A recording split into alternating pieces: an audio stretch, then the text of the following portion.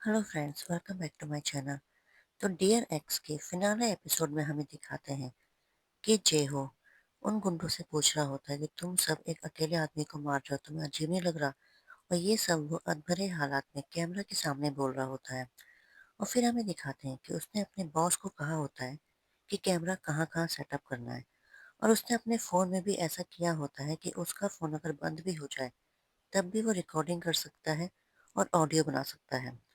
वो अपने बॉस को नहीं बताता कि वो ऐसा क्यों कर रहा है, और उसका बॉस वहाँ इंस्ट्रक्शन साइट में जाके कैमरा सेटअप कर देता है।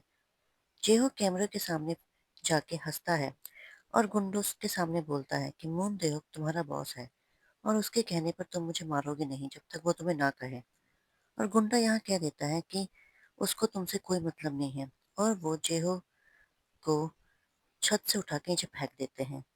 कैमरे में जेहो के आखिरी मोमेंट्स कैद हो जाते हैं और यहाँ आजिन कि वो यादों में खोया होता है और उसको बिल्डिंग से नीचे गिरा देते हैं।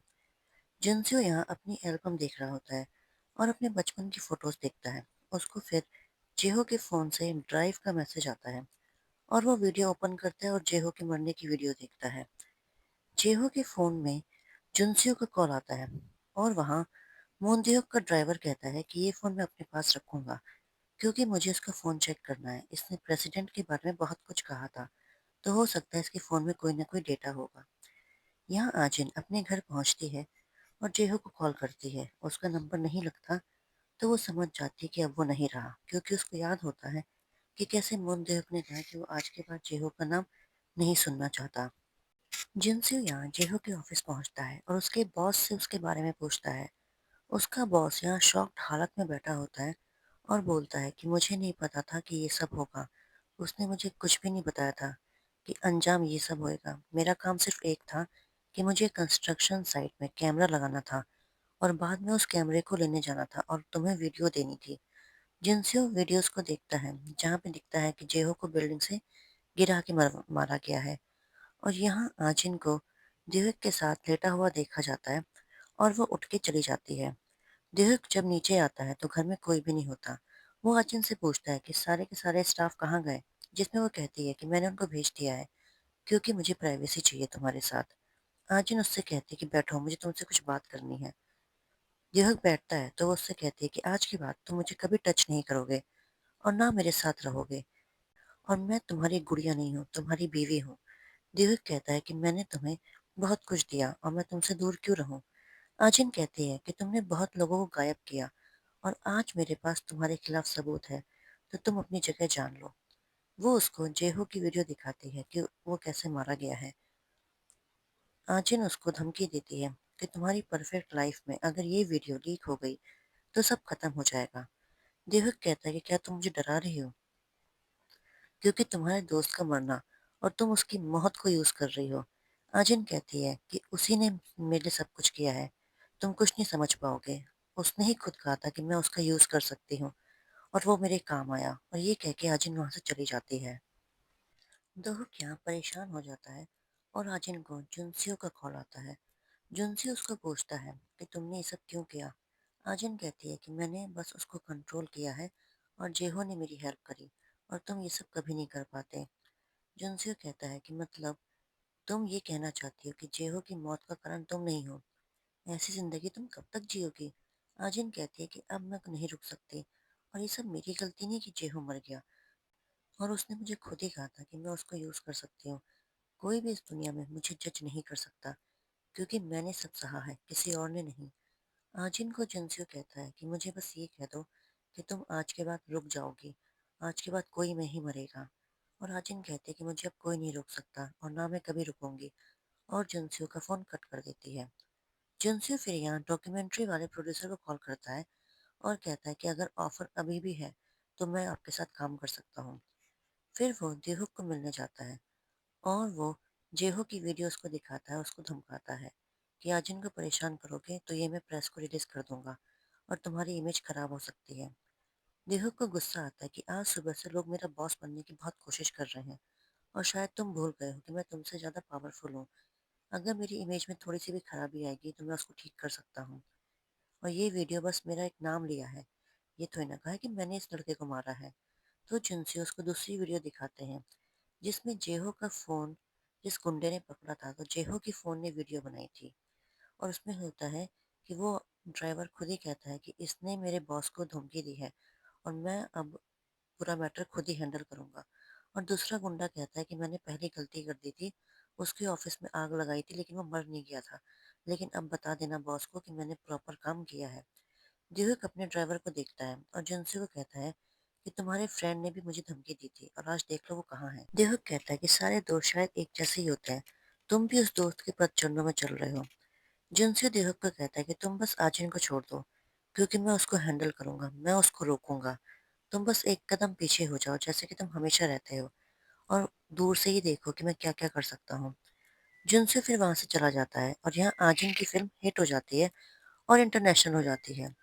अवार्ड शो होता है और आजिन के जीतने के चांसेस होते हैं और वो यहाँ तैयार हो रही होती है।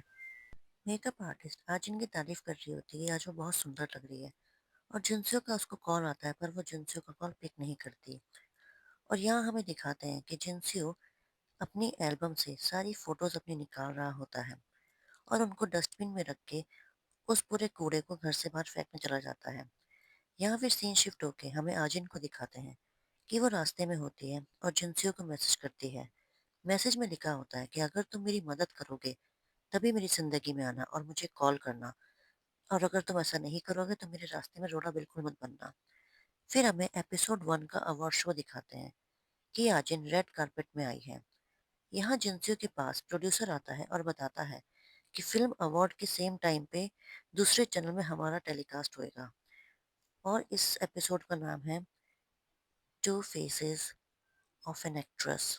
और आज का टेलीकास्ट होगा बेका जिन के ऊपर।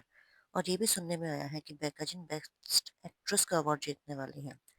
जिनसे कहता है कि ये तो बहुत अच्छी बात है क्योंकि लास्ट इमेज उसकी वही होगी जो लोग देखेंगे। यहाँ फिर उनके टेलीकास्ट को दिखाया जाता है जो कि स्टार्ट हो जाता है और उसमें दिखाते हैं कि बेका जिन एंटी सोशल है और लोगों को मैनिपुलेट करती है। यहाँ पूरे कोरिया में टेलीकास्ट हो रहा होता है कि आजिन बेस्ट एक्ट्रेस का अवार्ड जीतने वाली है और उसकी मूवी हिट हुई है। और यहाँ पे ये भी टेलीकास्ट हो रहा होता है कि उसने 2 खून करे हैं और वो कभी नहीं पकड़ी गई है और वो एक और करने वाली है। अवार्ड शो स्टार्ट होता है और यहाँ डिम हार्ट आजिन के स्कूल के लोगों को शो में दिखाता है और सबके चेहरे छुपाए हुए होते हैं। वो सब बोलते हैं कि आजिन कोई सीधी लड़की नहीं है, वो एक डेविल है। उसको काउंसलिंग के लिए भी कहा गया था स्कूल टाइम में। वो किसी पे दया नहीं खाती। यहाँ लोग फोन में ये टेलीकास्ट देखने लगते हैं और सब लोग शॉक्ड हो जाते हैं। फिर वही मोमेंट आता है जिसका आज इनको इंतजार था। आजिन यहाँ पे बेस्ट एक्ट्रेस का अवार्ड जीत जाती है। आजिन अवार्ड रिसीव करने स्टेज पे आती है और अपनी स्पीच देती है। यहाँ डिम हार्ट में टेलीकास्ट होता है कि उसकी माँ मर गई थी और उसके पापा क्रिमिनल थे और वो अपने बॉयफ्रेंड की दादी के घर थी जब उसकी दादी मरी थी और बाद में उसका बॉयफ्रेंड भी मर गया था। तो ये सब कोइंसिडेंस नहीं हो सकता। सारे न्यूज़ चैनल बेकाजिन की इस डॉक्यूमेंट्री को देख के शॉक्ड होते हैं और सब इसी को टेलीकास्ट करने लग जाते हैं और अपने आर्टिकल्स लिखने लगते हैं। यहाँ आजिन अपनी स्पीच दे रही होती है कि वो बहुत लकी है और यहाँ इनमो इनगैंग का भाई भी डॉक्यूमेंट्री में होता है और बताता है कि हमें लगा था कि वो हमारे घर की सबसे लकी लड़की होगी और एक एंजल होगी, पर जब मेरी दादी मरी थी तो मुझे सुनाई दिया था कि फ्यूनरल के टाइम पे वो हंस रही थी और वो कोई एंजल नहीं है। आजिन यहाँ स्टेज में नाटक कर रही होती है कि उसने बहुत मेहनत करी है आज के दिन के लिए। और यहाँ सिंघुई भी होती है और वो बताती है कि आजिन जरूरत आने पे अपना मुखौटा हटाती है। चोई के बारे में उसके स्टाफ का लड़का कहता है कि उसने अपने पापा को मारा और चोई को फंसा दिया। इनमो कहता है कि वो मेरे भाई की फ्यूनरल में भी नहीं आई थी और नेक्स्ट डे मुझे पता चला कि इसने किसी रिच टाइकून लड़के से शादी कर ली। ऐसे बहुत लोग अपनी अपनी बातें, अपने एक्सपीरियंसेस आजिन के बारे में बोल रहे होते हैं। और यहाँ उसके पापा की मौत की भी इन्वेस्टिगेशन फिर से होनी होती है और डिम हार्ट बताता है कि हमने अपनी तरफ से इन्वेस्टिगेशन करी और हमें पता लगा कि मेन सस्पेक्ट कोई और नहीं आजिन ही थी और जोई को फंसाया गया था। आजिन ने झूठ कहा था कि उस टाइम पे कोई स्टॉकर है और जोई को लगा था कि घर में स्टॉकर पहुंचा है और जोई ने गलती से आजिन के पापा पे हमला कर दिया था, पर असली कातिल आजिन ही थी। यहाँ फिर हमें दिखाते हैं कि सारे न्यूज़ टेलीकास्ट वाले उसके पापा की फाइल को भी अलाइन करते हैं और आज के अवार्ड के बारे में लिखने लग जाते हैं। यहाँ पे अवार्ड फंक्शन में सब अपना फ़ोन देखने लग जाते हैं कि आज आजिन के बारे में क्या निकला है और सब शॉक्ड हो जाते हैं कि जो लड़की सामने खड़े होकर नाटक कर रही है, वो असलियत में ऐसी है। आजिन यहाँ स्टेज में खड़े होकर सबको थैंक यू बोल रही होती है, पर कोई उसके लिए तालियां नहीं बजाता। तो आजिन स्टेज से ही हट जाती है और वो जब बैक स्टेज जाती है, तो यहाँ पे लोग फ़ोन देख रहे होते हैं, उसे देख रहे होते हैं और फिर वो जब अंदर रूम में जाती है, तो वहाँ टीवी चल रहा होता है, जहाँ पे वो जुनसियो को देखती है।